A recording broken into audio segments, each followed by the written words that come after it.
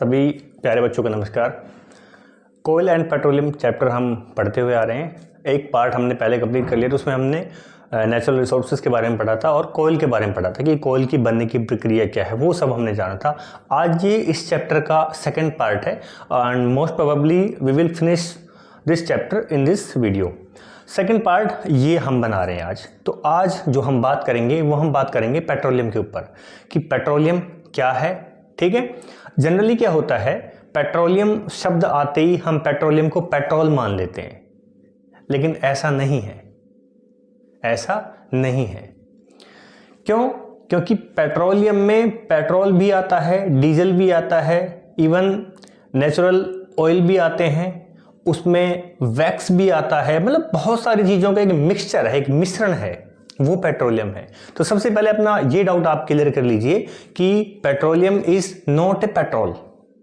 केवल पेट्रोल को पेट्रोलियम नहीं कह सकते, ये कह सकते हैं कि पेट्रोल जो है पेट्रोलियम का हिस्सा है। बात समझ आ गई आपको? तो आज हम पेट्रोलियम के बारे में पढ़ेंगे। देखिए, बड़ा ही आसान सा चैप्टर है, इसको थोड़ा आराम से रिलैक्स होकर पढ़िए, बिल्कुल बिल्कुल फ्री माइंड से।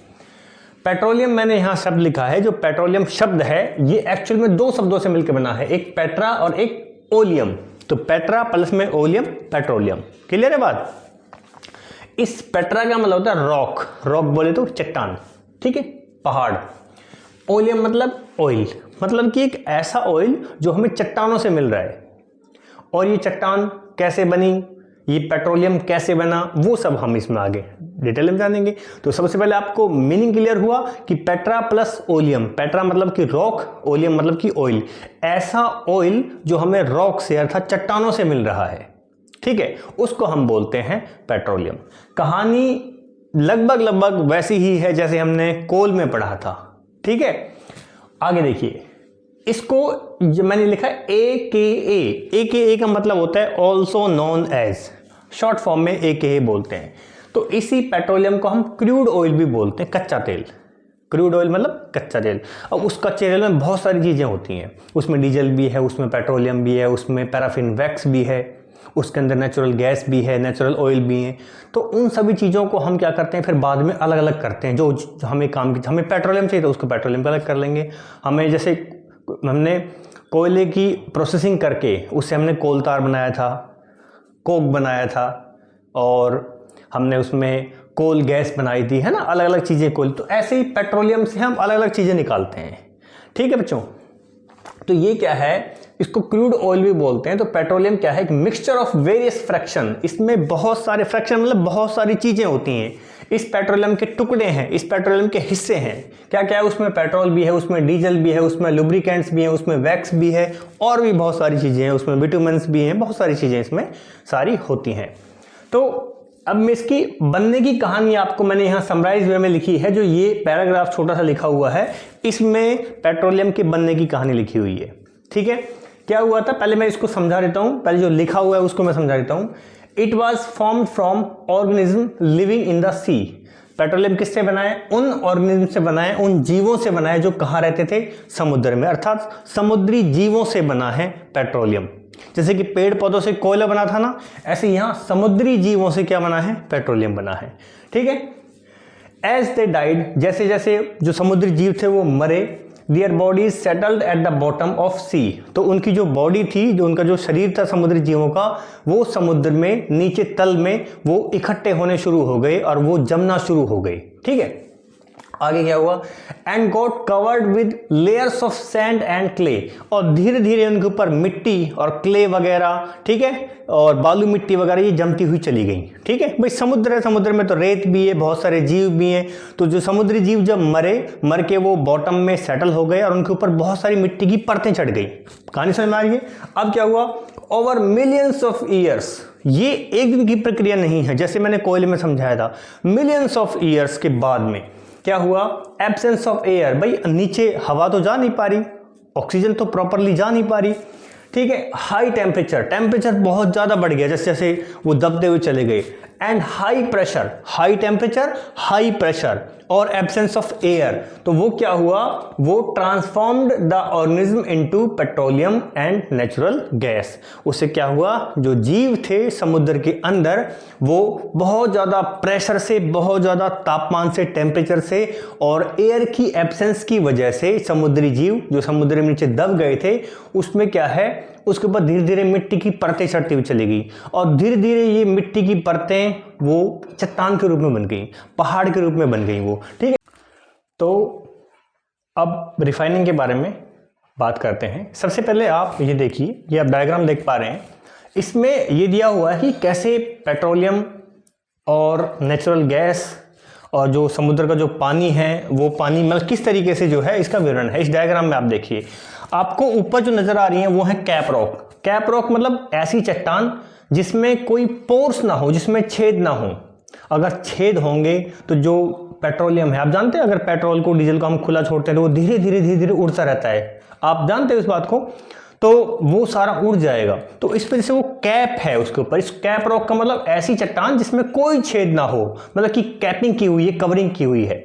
उसके नीचे आप देख पा रहे हैं सबसे पहले जो है नेचुरल गैस है, क्योंकि गैस ऊपर रहेगी, गैस का वजन कम होता है, ठीक है, इसलिए ऊपर रहेगी।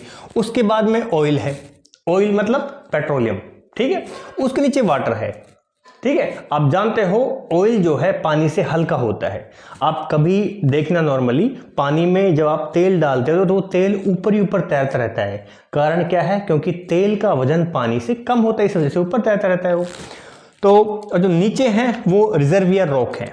रिजर्वियर रॉक मतलब जिन्होंने रिजर्व किया हुआ है, तेल अपने तेल को अपने अंदर समाये हुए हैं, वे रिजर्वियर रॉक हैं। जैसे बाइक वगैरह में रिजर्व में तेल बचता है ना, वो रिजर्व का मतलब है उस चीज़ को बचा के अपने अंदर स्टोर रखना। तो ऐसी रिजर्वियर जो रॉक हैं उनमें जो है इनमें एक्चुअल में जो ऑर्गेनिज्म थे वो चट्टान के रूप में परिवर्तित हो गए और वही जो है पेट्रोलियम का एक रूप बन गए हैं, ठीक है।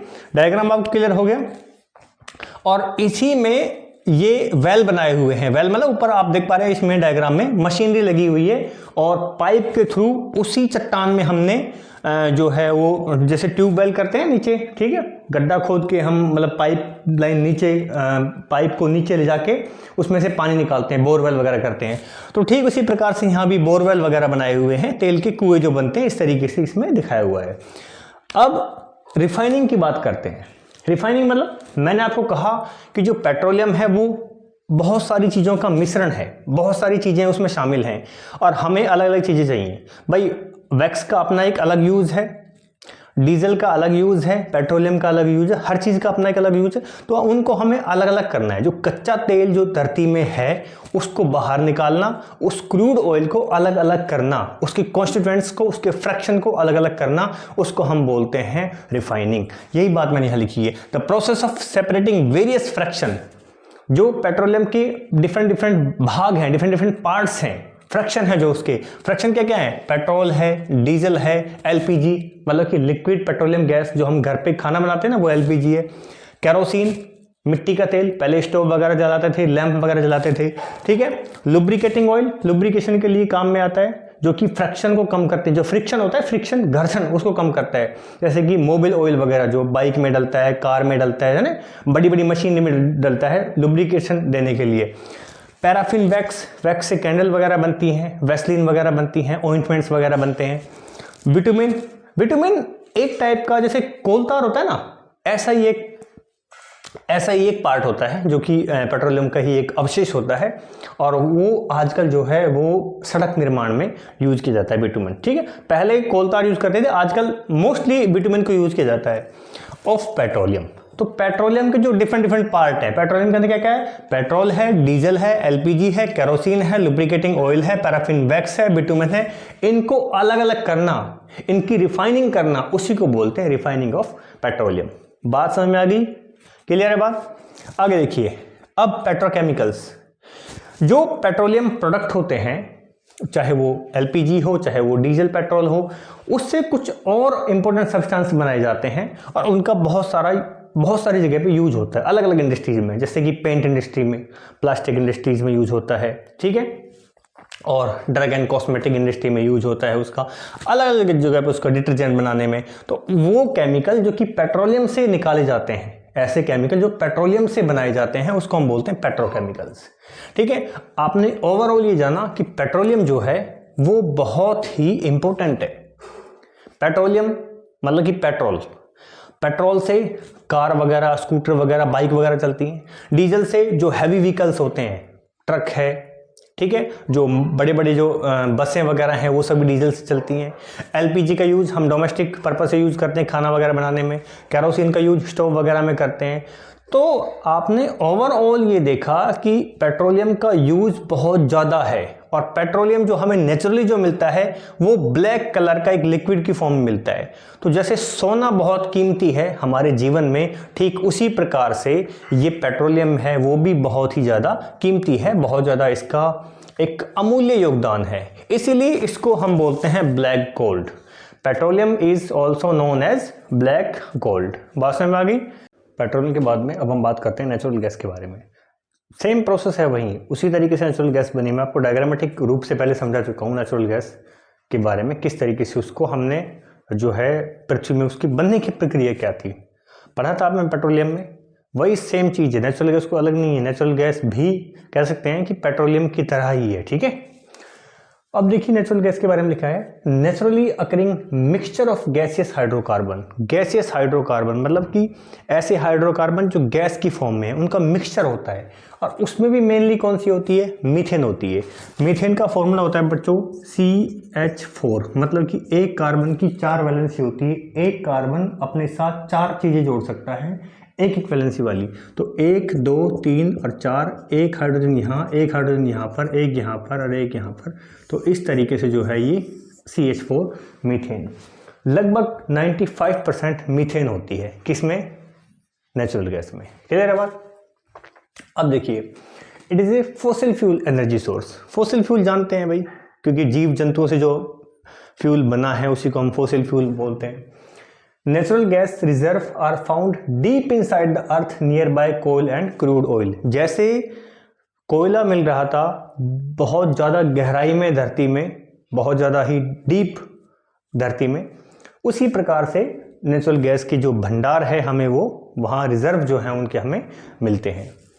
इसके यूज़ क्या है? इलेक्ट्रिसिटी जनरेट करने के लिए, हीटिंग पर्पज़ के लिए, कुकिंग पर्पज़ के लिए। ये तो कॉमन सी बात है, कुछ नई बात नहीं है जानने वाली। अब आप देखिए, ये जो नेचुरल गैस है मेनली हम यहाँ 2 का जिक्र कर रहे हैं। एक होती है CNG। CNG मतलब कंप्रेस्ड नेचुरल गैस। एक ऐसी नेचुरल गैस जिसको कंप्रेस मतलब कि बहुत ज़्यादा हाई प्रेशर उसके ऊपर दे करके हमने उसको रखा हुआ है, बहुत ज़्यादा हाई प्रेशर उसके ऊपर अप्लाई किया हुआ है ताकि वो इधर उधर फैले नहीं। ठीक है, प्रेशर देखो, आप क्लास में बैठे होते हो तो जब टीचर होता है, जब टीचर का प्रेशर होता है तो आप आराम से बैठे रहते हो। जैसे ही टीचर का प्रेशर खत्म, टीचर बाहर चला गया तो आप भी इधर उधर घूमते हो, बिखर जाते हो ना। तो उसी तरीके से ये गैस बिखरे नहीं, उसको बहुत ज़्यादा हाईली कंप्रेस करते हैं, हाईली प्रेशर इसके ऊपर अप्लाई किया जाता है। ठीक है, तो ये इसका फुल फॉर्म है CNG की, compressed natural gas, CNG। Use क्या है? It is stored under high pressure. High pressure में इसको पाइपलाइन में जो हम स्टोर करके रखते हैं। यूज़ क्या है इसका? फ्यूल के रूप में यूज़ करते हैं व्हीकल्स में। क्यों? क्योंकि ये लेस पोल्यूटिंग गैस है डीजल और पेट्रोल के कंपैरिजन में। मैंने यहाँ लिखा है क्योंकि डीजल और पेट्रोल वाले जो वाहन जो धुआं छोड़ते हैं उसमें जो धुआं निकलता है वो बहुत ही ज़्यादा पोल्यूशन करता है, वातावरण को प्रदूषित करता है। लेकिन जो CNG वाली जो गाड़ियाँ होती हैं उनसे प्रदूषण तो इनसे भी होता है, ऐसा नहीं कि इनसे प्रदूषण नहीं होता, लेकिन इनसे जो पोल्यूशन होता है वो कम होता है। मतलब कि वो ज़्यादा पोल्यूशन कर रहे हैं, ये थोड़ा पोल्यूशन कम करते हैं। उसके बाद में LPG गैस की बात करें। LPG मतलब लिक्विड पेट्रोलियम गैस।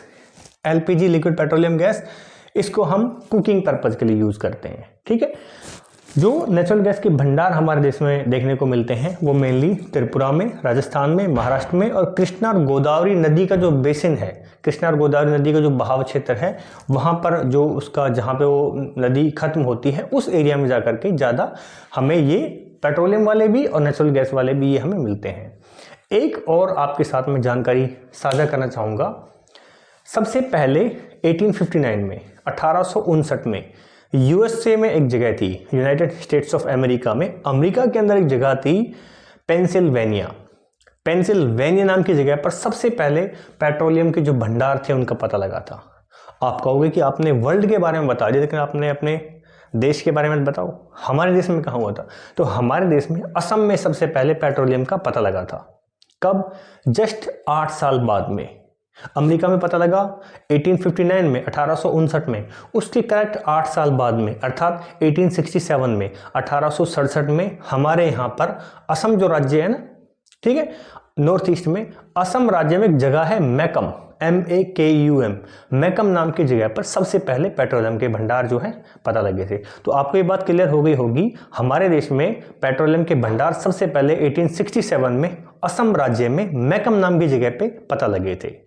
ठीक है, तो इसी के साथ आपका जो चैप्टर है ये कोयल एंड पेट्रोलियम वो समाप्त हुआ। आपको कोई डाउट है, कोई आपको इसके संदर्भ में कोई समस्या है, कोई चीज़ समझ में नहीं आई है, आप कमेंट सेक्शन में हमें लिख सकते हैं।